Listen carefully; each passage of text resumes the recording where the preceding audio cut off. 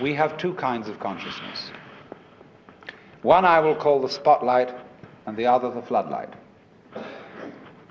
The spotlight is what we call conscious attention. And that is trained into us from childhood as the most valuable form of consciousness. When the teacher in class says, "Pay attention," everybody stares and looks fast at the teacher like that. That's spotlight consciousness. Fixing your mind on one thing at a time. Concentrate. And even though you may not be able to have a very long attention span, nevertheless you concentrate. You use your spotlight, one thing after another, one thing after another, flip, flip, flip, flip, flip, flip, flip, flip, like that. But we also have another kind of consciousness, which I'll call the floodlight. For example, you can drive your car for several miles with a friend sitting next to you, and your spotlight consciousness will be completely absorbed in talking to your friend. Nevertheless, your floodlight consciousness will manage the driving of the car, will notice all the stoplights, the other idiots on the road, and so on, and you'll get there safely, without even thinking about it. But our culture has taught us to specialize in spotlight consciousness and to identify ourselves with that form of consciousness alone. I am my spotlight consciousness. My conscious attention, that is my ego, that is me. And very largely we ignore the floodlight. Now the floodlight consciousness is working all the time. Every nerve end that we have is its instrument. You know, you can go out to luncheon or something and you sit next to Mrs. So-and-so, and you go home and your wife says to you, "Was Mrs. So-and-so there?" "Yes, I sat next to her." "Well, what was she wearing?" "Well, I haven't the faintest idea." You saw, but you didn't notice.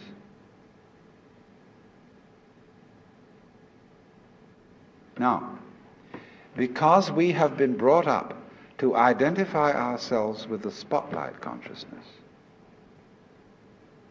and the floodlight consciousness is undervalued, we have the sensation of ourselves as being just the spotlight, just the ego that looks and attends to this and that and the other.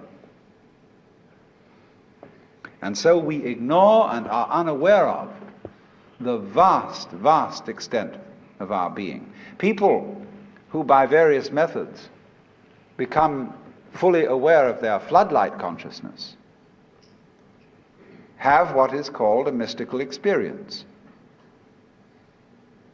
or a cosmic consciousness, or what the Buddhists call bodhi, awakening.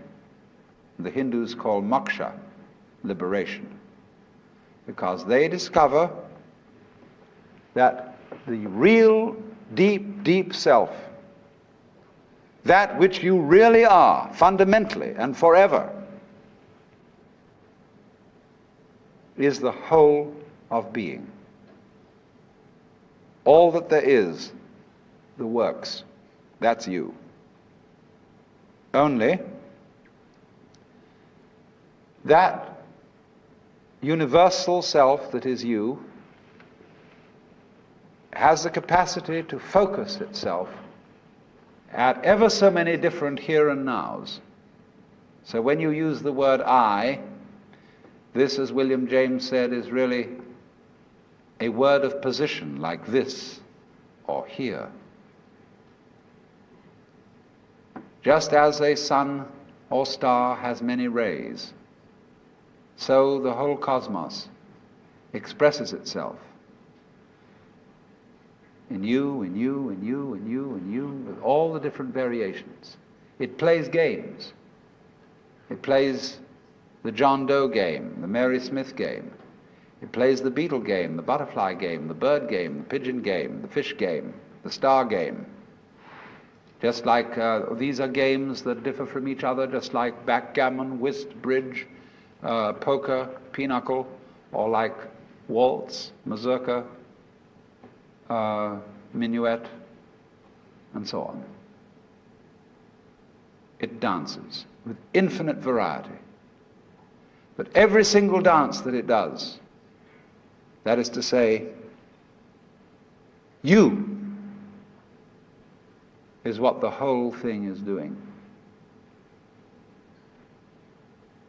But you see, we forget it.